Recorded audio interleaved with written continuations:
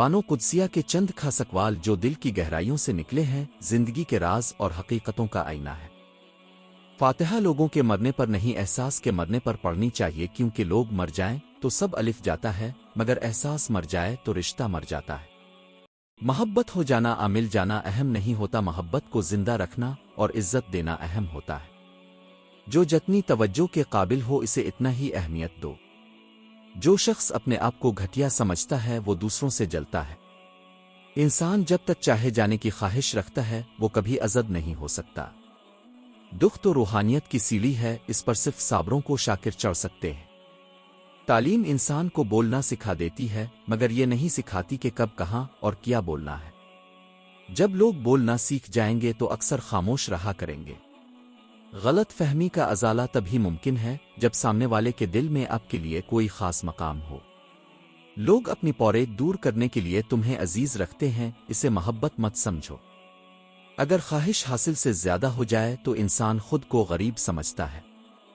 عزت کے بغیر کوئی بھی رشتہ بیکار ہے۔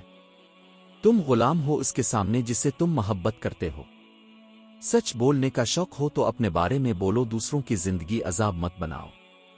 کسی کے کردار کا اندازہ لگانا ہو جو دیکھو وہ ہنستا کس بات پر ہے۔ اپنے شریک کی حیات کے تمام غیب جاننے کے باوجود اس کے ساتھ بہترین زندگی گزارنا ہی اصل محبت ہے۔ لوگ ہمیشہ اپنی مرضی کے مطابق سوچتے ہیں، اس لیے وضاحت دینے کا کوئی فائدہ نہیں۔ وہ ارزو جو باقی ارزو ہیں وہ کھا جائے وہ محبت ہے۔ خوشی اگر پیسوں سے حاصل ہوتی تو کبھی کوئی غریب بچہ ہنستا نہ۔ اگر تمہیں کسی کی بری بات بھی بری نہ لگے تو سمجھ لو تمہیں اس سے محبت ہو گئی ہے۔ زندگی آخرکار رلا ہی دیتی ہے، چاہے ماں باپ کے کتنے ہی لاڈلے کیوں نہ ہو۔ اگر انسان کو پتہ چل جائے کہ اس نے اپنی زبان سے کہاں کہاں کس کو تکلیف دی ہے تو ہمیشہ کے لیے خاموش ہو جائے۔ ایک اچھا انسان مطلب ہی نہیں ہوتا، وہ بس ان لوگوں سے دور ہو جاتا ہے جو اس کی قدر نہیں کرتے۔ جب نظر انداز ہونا شروع ہو جاؤ تو کنارہ کر لو، کیونکہ وضاحت کھویا ہوا مقام واپس نہیں لا سکتی۔ اگر تم نے اپنی چاہ میں کوئی کمی نہ چھوڑی پھر بھی وہ شخص خوش نہیں تو اسے عزت کر دو۔ ایک سمجھدار انسان کسی کی بلا وجہ تنقید اور بغض کو مسکرا کر ٹال دیتا ہے۔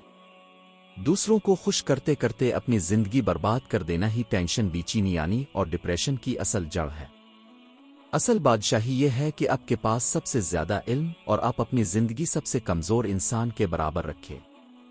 چھوٹا بن کے رہو، کیونکہ بڑے ہونے پر تو ماں بھی گود سے اتار دیتی ہے۔ زندگی سب کو ایک بار ملتی ہے، مگر سمجھ سب کو دیر سے آتی ہے۔